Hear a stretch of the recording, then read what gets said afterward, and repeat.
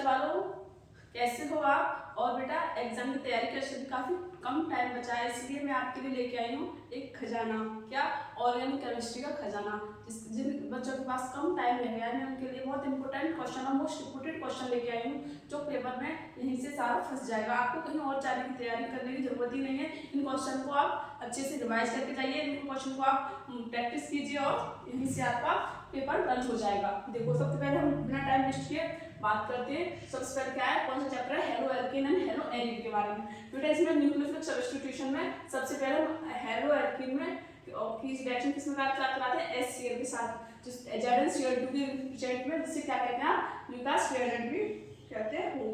तो बेटा फिर RX की रिएक्शन किसके साथ कराते हैं, SiO2 के साथ, KCl के साथ, सिल्वर साइनाइड के साथ, एक्वस पीओएच के साथ और एल्कोहल कीओएच के साथ। ये आपकी एग्जाम के पॉइंट ऑफ व्यू से बहुत इंपॉर्टेंट है, इसमें से आप एक भी रिएक्शन नहीं छोड़ोगे। ठीक है बेटा, नेम रिएक्शन कौन कौन सी इंपॉर्टेंट है, फिंकलिस्टन और श्वार्ट्ज रिएक्शन। ठीक है बेटा, और ये आपका मार्कोनिकॉफ रूल और एंटी मार्कोनिकॉफ रूल बहुत इंपॉर्टेंट क्वेश्चन है। बेटा क्लासिफिकेशन में बेंजाइलिक, बिशनल, एलाइलिक, जेमिनल और विनाइलिक, ये आपके बहुत इंपॉर्टेंट क्वेश्चन है। ठीक है बेटा इसमें क्वेश्चन और आता है, why allyl halide does not undergoes nucleophilic substitution. ठीक है बेटा, ये वाला क्वेश्चन आपके लिए बहुत इंपॉर्टेंट है और इससे आप सॉल्व कीजिएगा। ठीक है बेटा इसलिए आपके एनसीईआरटी की इंडेक्स है। ठीक है, एनसीईआरटी की आपकी सॉल्व कर लेना, तो बहुत इंपॉर्टेंट है। ठीक है, ये वाला मैंने आपको बताती है।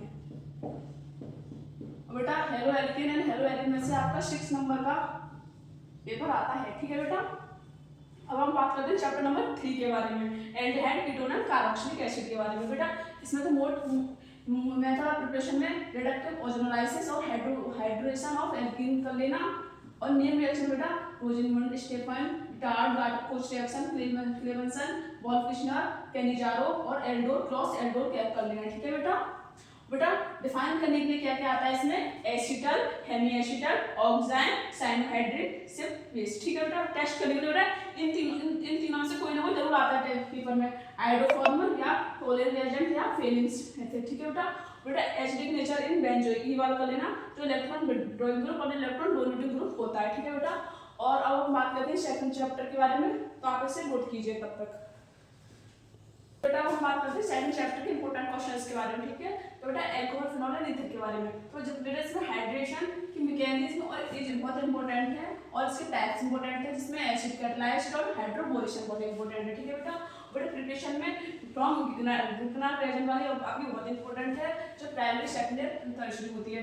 डिहाइड्रेशन बेटा मैकेनिज्म और एज इंपॉर्टेंट है। बेटा ऑक्सीडेशन एजेंट में प्राइमरी, सेकेंडरी, टर्शियरी में आपका पोआ इंपॉर्टेंट है। पोआ मतलब पावरफुल ऑक्सीडेशन एजेंट और मोआ मतलब माइल्ड ऑक्सीडेशन एजेंट। जिसमें पावरफुल ऑक्सीडेशन एजेंट में K2Cr2O7 और KMnO4 होता है, और मोआ में PCC और PDC होता है।